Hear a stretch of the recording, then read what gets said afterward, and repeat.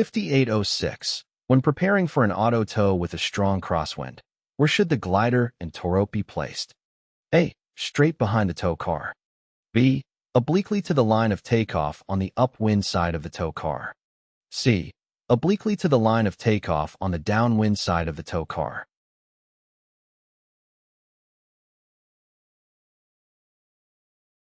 The correct answer is C. When preparing for an auto tow with a strong crosswind, the glider and towrope should be placed obliquely to the line of takeoff on the downwind side of the tow car. This positioning helps to counteract the effect of the crosswind during the takeoff roll.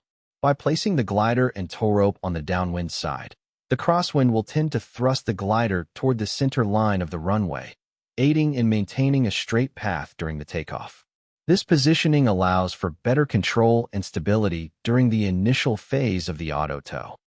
5807. Which is true regarding the use of glider tow hooks? A.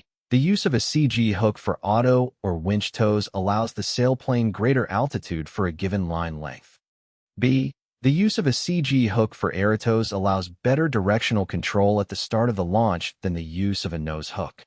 C. The use of a nose hook for an auto or winch launch reduces structural loading on the tail assembly compared to the use of a CG hook.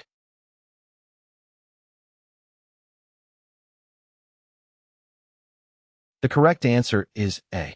When employing a belly hook on a winch tow, there is a propensity to pitch up. With a given length of line, the CG hook enables the sailplane to acquire a greater attitude. 5146. What factors affect glider performance during launch? A. Density altitude at the launch airport and towline strength. B. Pressure altitude at the launch airport and the temperature sounding at 1,000 feet AGL. C. Power output of the launch mechanism and aerodynamic efficiency of the glider.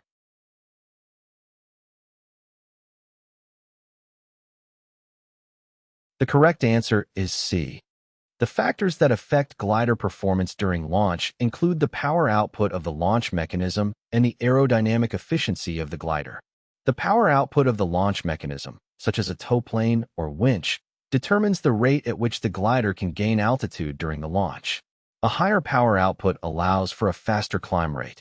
The aerodynamic efficiency of the glider, which is influenced by factors such as its design, wing shape, and drag characteristics, determines how effectively it can convert the available energy into climb performance. A more efficient glider will have a higher climb rate for a given amount of power. 5808.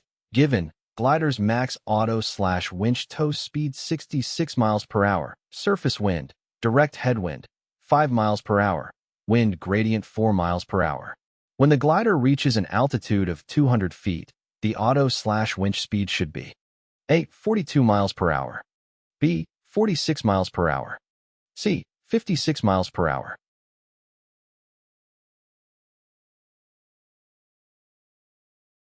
The correct answer is A. The tow speed for straight auto tow may be calculated as follows. Subtract the surface wind from the placard speed. Subtract an additional 5 miles per hour as a safety factor. After the sailplane has climbed to an altitude between 100 and 200 feet, reduce the tow speed an additional 10 miles per hour, and subtract the surface wind again to accommodate wind gradient increases. 5809. The towrope breaks when at the steepest segment of the climb during a winch launch. To recover to a normal gliding attitude, the pilot should A. Relax the back stick pressure to avoid excessive loss of altitude. B. Apply forward pressure until the buffeting sound and vibration disappear. C. Move the stick fully forward immediately and hold it there until the nose crosses the horizon.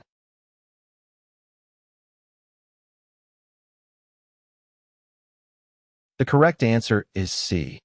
The pilot should quickly and gracefully drop the nose until it crosses the horizon, lift the release lever, and then stand straight ahead, making turns only to avoid objects on the ground if the power fails or the towline breaks below 200 feet.